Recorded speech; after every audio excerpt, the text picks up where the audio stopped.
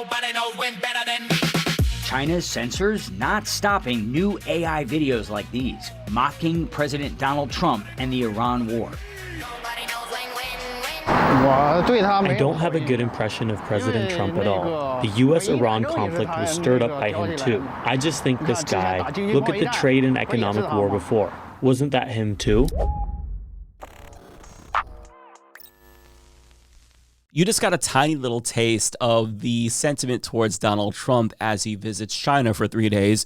And in case it wasn't already painfully obvious, they think he is a complete fucking buffoon. And they are correct about that. And they've been sounding off on social media across the country about Donald Trump. And I swear to God, they've got jokes and memes for days.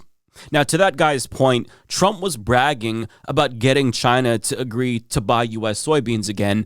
And that's interesting because the question is, why did China stop buying U.S. soybeans in the first place? Well, the answer is because of Donald Trump's tariffs, of course.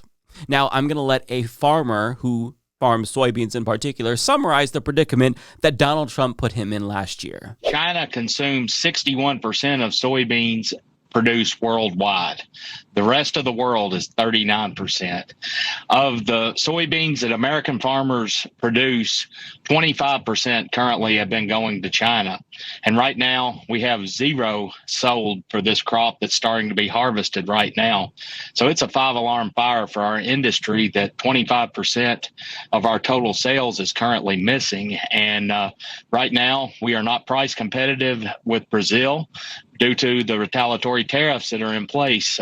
Our prices are about 20% higher, and that means that the Chinese are going elsewhere because they can find a better value. But it's okay, everyone, because Donald Trump just convinced China to buy from U.S. farmers again. In other words, he solved a problem of his own making. Great job, Mr. President. You truly are a genius. Masterful gambit, sir. Like the way that you're able to solve the problems you cause sometimes is astonishing. But he also reportedly went to China to try to beg them to bail him out of the crisis that he created by invading Iran. And Politico reports that the scope of the summit between him and Xi shrunk. And rather than securing some sort of grand bargain, his priority was to get their help reopening the Strait of Hormuz. And because Donald Trump backed himself into a corner globally, it was obvious that he wasn't in a position to make any sort of demands from China, despite the usual bluster that we see from him. And as Politico explains, Trump has less leverage to get Xi to agree to tangible returns from their meeting that the president can peddle as wins when he returns to the United States. And China knows it. The confidence that you see from Beijing in recent months that they are negotiating with the United States as equals, if not as the stronger player in the negotiation, is striking, said Henrietta Levin, former deputy China director at the State Department during the Biden administration. So the dynamic has changed. We used to be the ones that would swing our dicks around, but thanks to Donald Trump's actions, we've become an international laughingstock. And now China gets to walk into this meeting and set their nuts on the table because they know that they're soon going to be the global hegemon since our credibility has been irreparably damaged by Donald Trump. And social media users in China are pointing that out. And CNN aired this report about their observations. U.S. intelligence analysis concluding China is on top. It's incredible, and that analysis details how Beijing is exploiting the war in order to undermine Trump. This new reporting coming as Trump is about to meet with Chinese leader Xi Jinping tonight, a high-stakes meeting which is being mocked across China. And Beijing's strict censors are letting the ridicule go viral, which is a statement in and of itself. I mean, here's some of the comments that are viral. They'll look up to us from now on. Here's another. Trump came to China. We won the tariff war. And then this. Trump, you're welcome to visit China and learn from us. Then there's also this. The U.S. is no longer a country that we look up to. We can now compete with them with confidence and strength. The U.S. economy is in bad shape. Then this, Trump has been blustering Iran for so long, yet hasn't bought them a real victory. America has lost its swagger. They're nothing but a paper tiger. They clocked us, bro. They clocked us. They know we're cooked. Everybody knows it. The only people who can't see the writing on the wall are Western chauvinist Americans, namely Trump supporters, who actually think that the rest of the world really does love Donald Trump as much as they do because he says that's the case. But in actuality, most people around the world despise him because he is obviously a fucking imbecile. And it's not like our reputation was ever great to begin with, given our imperialism and economic terrorism, but Trump burned the last shred of credibility that we had, and I don't think most Americans have come to terms with the fact that it's never going to be the same again. In theory, we could try to repair international relationships relationships that Trump destroyed if we ever elect a normal president again. But when half of the country consists of a bunch of fucking inbred savage barbarians shitting their pants and smearing it on the walls, other countries know that it's only a matter of time before we elect a different psychopath who may be even worse than Donald Trump. It's why our closest allies like Canada are trying to disentangle their economies from ours, because they know that they can't trust us ever again. We're too unreliable. We're too unstable.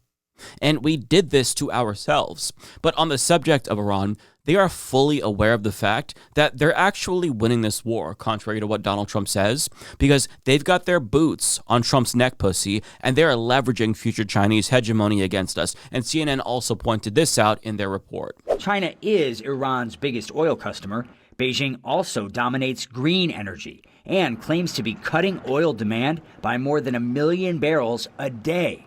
While others are still bashing their heads in over oil, we've already gotten ahead in the next era, he says. Solar, wind, batteries, and electric vehicles. Chinese carmaker BYD now overtaking Tesla in global sales. At the same time, pressure on the U.S. dollar, the backbone of global oil trading. This Iranian embassy post says it's time to add petro-yuan to the market. At one point, Iran considered allowing tankers through the Strait of Hormuz only if oil is sold in Chinese yuan, a senior Iranian official said. Some Chinese influencers say petrodollar is ending. Beijing's not fighting this war, but on China's social media, many are already declaring victory. They're sharing AI-generated videos of Donald Trump dancing on a big red button to show how unserious he is. And it's so brutal. And as an American, I'm embarrassed, but I'm also thoroughly amused. And speaking of Tesla, another meme that's circulating on Chinese social media is this AI-generated video of Elon Musk dancing flamboyantly to traditional Chinese music. We all know that he's accompanying Donald Trump on his trip because he wants Tesla to have access to Chinese markets, but their feelings about him are also pretty clear as well. But I want to explain what Iran is touching on here with their petro-yuan and demand to sell oil in Chinese currency. So they're seeing the world collectively start to move away from the dollar. Currently, the dollar is the world reserve currency, and they're using their newfangled control over the Strait of Hormuz to accelerate the process of the world moving away from the US dollar as the world reserve currency. It'd be truly devastating to the United States if this happened, and both Iran and China, they don't really have to do much because they're basically watching us self-destruct in real time, and they've got front row tickets. And Sky News actually released a report about a nickname that Chinese social media users gave to Donald Trump, Chuan Jiango, which translates into Trump Nation Builder. And what they essentially mean by that is China is the beneficiary of Donald Trump's stupidity, and he's shooting himself in the dick so much that he's essentially doing the bidding of China and helping to boost their international standing. And they're not wrong. Like, think about how badly the Iran war has backfired. China is less dependent on oil than we are since they were smart and they actually invested in renewable energy. And as Robert Pape argued in the New York Times, Iran could possibly emerge from this war as a global power player if they're actually able to maintain control over the Strait of Hormuz in the long term. And the countries disproportionately affected by its closure are smaller countries, but often our own allies who were already pissed off at us because Trump decided to tariff them for no reason whatsoever. So we were already on thin ice, and Trump's invasion of Iran could be the straw that breaks the camel's back, that gets them all to just decide once and for all to move away from us in myriad ways, namely, getting off of the dollar as the world's reserve currency. And our loss is China's gain. So Trump has basically checkmated himself, and people across China are amused because they're watching this fucking idiot act like he's this genius playing 3D chess when actually he's just sitting in a corner, shitting himself, foaming at the mouth like the idiot that he is. And CNN talked to people in China, and they made it abundantly clear that they don't want China to help Donald Trump clean up the mess that he made, because why should they? We went up and down throughout town in Beijing, Boris, most of the day yesterday, and I was so struck by so many who told us they do not want China getting involved at all in this U.S.-Israel war. Let's listen to what they said. We'll come back and talk about it on the other side. I don't think China should interfere too much in those kinds of issues. China's diplomatic principle has always been non-interference, so it won't do anything. It only calls for something, not take concrete actions or specific measures. I mean, I can't blame them. If I were in their position, I would agree. Like, they're on the cusp of becoming the world's preeminent superpower, and helping America in any way, shape, or form just delays the inevitable.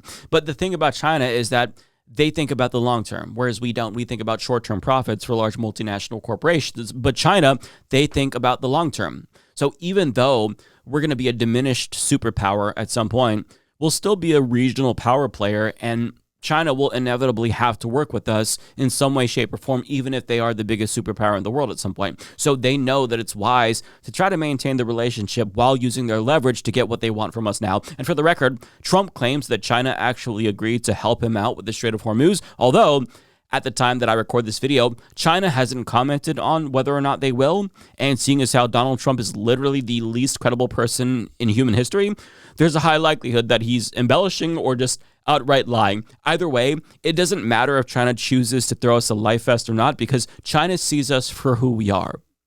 It's less about them making a deal with the devil and more about them keeping their frenemies closer, right? And aside from the memes, Chinese people on social media sounded off about how Donald Trump's credibility is also dog shit, and not so many words. And this was before he even set foot in the country. On Chinese social media, the message is clear. So far, he says, the biggest winner is neither the U.S. nor Iran. It's China. Good to see you again.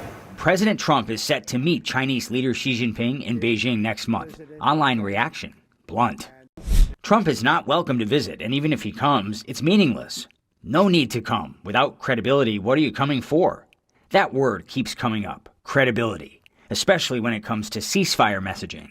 The entire White House's credit score combined wouldn't be enough to even unlock a single shared bike.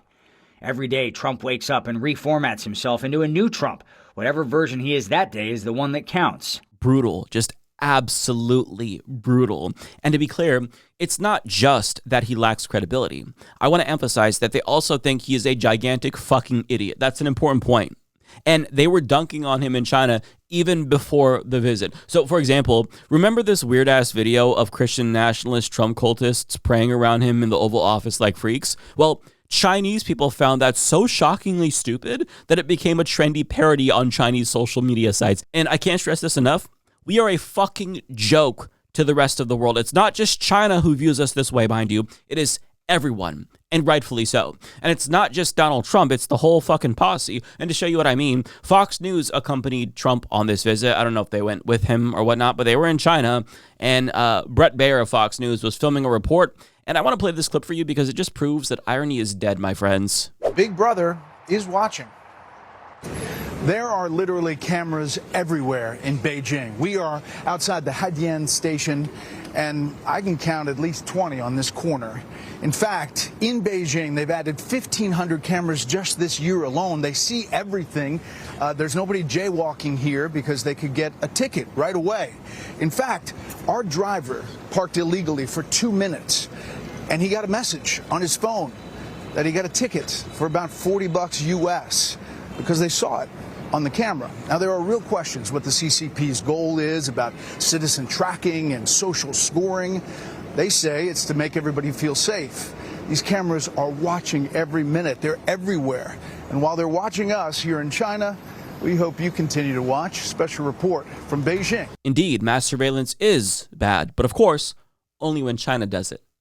See, never mind the fact that we also have cameras everywhere too with dystopian facial recognition software. Not to mention the National Guard is patrolling streets right now, so it looks like we're under some sort of military occupation. But the Trump regime literally teamed up with Palantir to collect data on American citizens, and he just renewed warrantless surveillance. But Brett Baer isn't going to talk about Big Brother in the United States because he knows that the regime would punish him for doing that.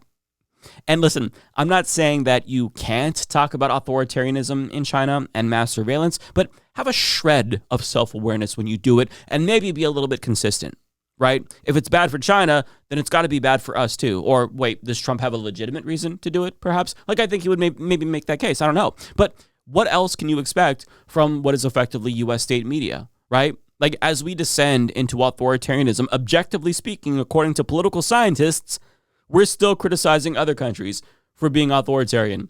It's just, we truly can never, ever, ever fathom us being the bad guys or doing anything wrong, ever. We're always the good guys. We're perfect little angels, no matter what. But what I find funny is that Beijing residents actually got footage of Bret Baier making a propaganda piece in Beijing in the middle of a fucking bike lane like a dickhead. So, I mean, if you don't want to get tickets, maybe don't park illegally or put a license plate on your ass if you're going to stand in the middle of the fucking bike lane. But to get back to the topic at hand, the takeaway is that the American empire is dying and the world is dancing on its grave.